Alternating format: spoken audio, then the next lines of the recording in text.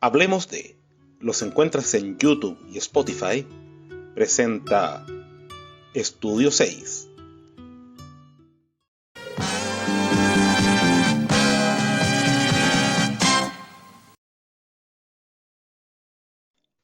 Hoy en Estudio 6, Tanquetazo. Esta semana se cumplen 50 años de uno de los eventos más tensos de la crisis política de los años 70 y que, si bien terminó en un sonoro fracaso, también sirvió para sacar lecciones a futuro. Para ponernos en contexto, hay que entender que la crisis económica y social en Chile avanzaba a una velocidad asombrosa, con una inflación de 3 cifras y fuerzas políticas absolutamente en combate. Y tras el triunfo opositor en las legislativas de marzo de 1973 y la radicalización del régimen de Allende, cada vez parecían quedar menos salidas disponibles.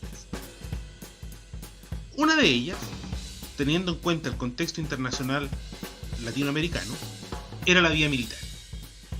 Además, en Chile ya teníamos un antecedente previo, el Tacnazo de 1969, que, si bien no tenía como móvil de poner al gobierno, había sido ejemplo de que existía la posibilidad de que la crisis política se resolviera a tiros. Por lo mismo, ya para mediados del 73, había cierto temor o expectativa, dependiendo del sector en que se preguntara, de un desenlace violento para la polarización política.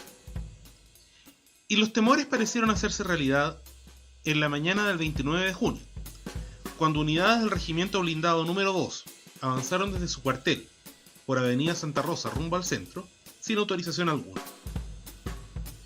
El detonante había sido que la autoridad había descubierto un complot liderado por el comandante del regimiento, coronel Roberto Super, quien, viéndose acorralado y con cercanos suyos detenidos, decidió atacar con todo y ejecutar el plan de derrocamiento del gobierno marxista, a la espera de que otras unidades militares se sumaran a la zonada.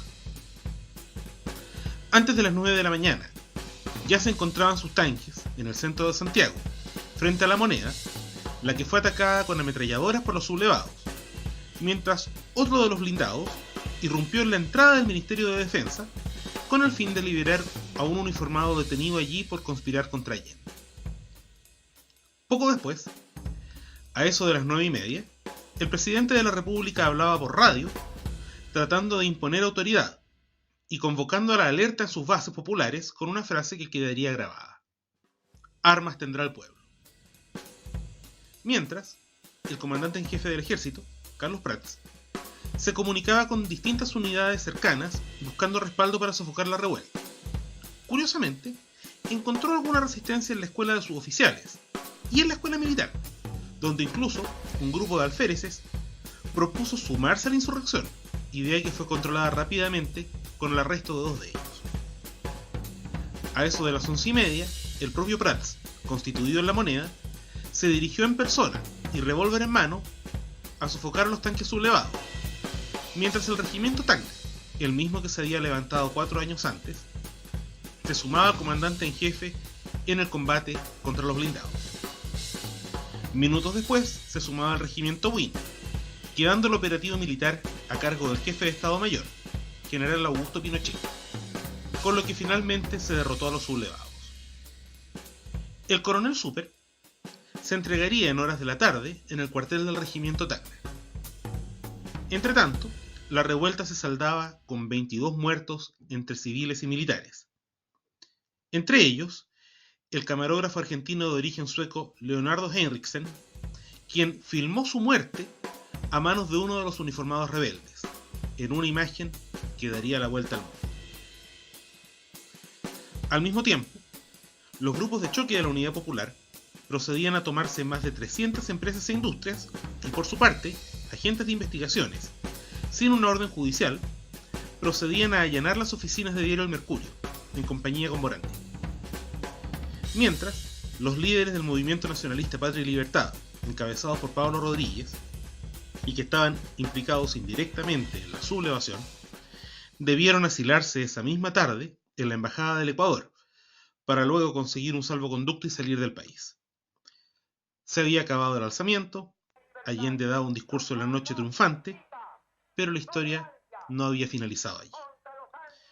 Por una parte, fue una lección para toda la sociedad chilena, al confirmar que la vía militar estaba allí, disponible como opción para poner fin a la crisis social.